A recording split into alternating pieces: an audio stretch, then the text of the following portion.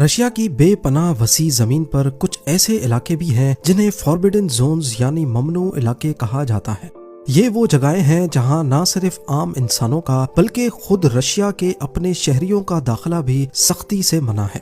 یہاں قدم رکھنا صرف غیر قانونی ہی نہیں بلکہ آپ کی زندگی کو خطرے میں ڈال سکتا ہے۔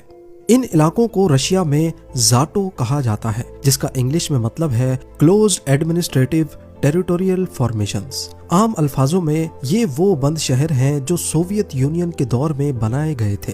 یہ شہر اس وقت سوویت یونین کے میپ میں بھی شو نہیں ہوتے تھے۔ ان کا کوئی نام نہیں تھا، صرف کوڈ نمبر سے پہچانے جاتے تھے، جیسے ارزماس 16 یا چیلیابنسک 70۔ ان شہروں میں رشیا اپنے سب سے خطرناک اور سب سے اہم ملٹری، نیوکلیئر اور اسپیس کے راز رکھتا تھا۔ اگرچہ سوویت یونین اب ٹوٹ چکا ہے، لیکن یہ بند شہر آج بھی موجود ہیں اور پہلے سے زیادہ سخت سیکیورٹی کے سائے تلے ہیں۔ ان تمام بند شہروں میں سب سے زیادہ پر اسرار اور خوفناک نام ہے مزگوریے۔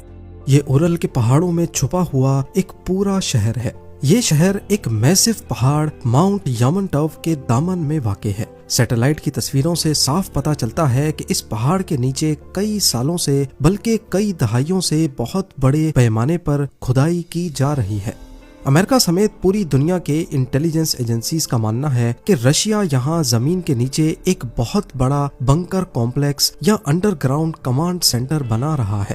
کچھ تھیوریز کہتی ہیں کہ یہ ایک ڈومز ڈے والٹ ہے جو نیوکلیئر جنگ کی صورت میں رشین حکومت اور ایلیٹ کو پناہ دے گا۔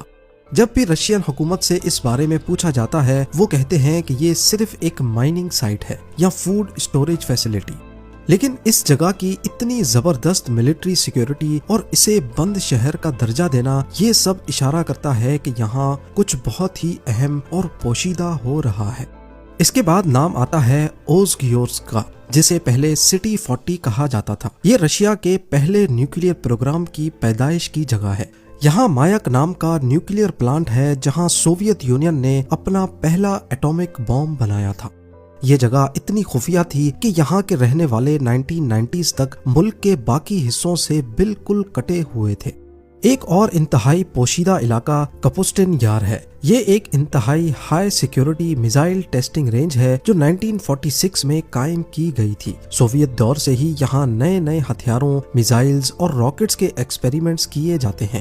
1940 سے ہی اس علاقے سے UFOs کے دیکھے جانے کی رپورٹس آتی رہی ہیں۔ کئی لوگ مانتے ہیں کہ امریکہ کے روزویل انسیڈنٹ کی طرح رشیا کا بھی اپنا ایک UFO کریش یہاں ہوا تھا، جس کے بعد سے رشیا ریورس انجینئرنگ کر کے ایلین ٹیکنالوجی پر کام کر رہا ہے۔ پر حقیقت کیا ہے یہ تو شاید ہی کبھی پتا چل سکے، لیکن کپوسٹن یار آج بھی دنیا کی سب سے پوشیدہ ملٹری سائٹس میں سے ایک ہے۔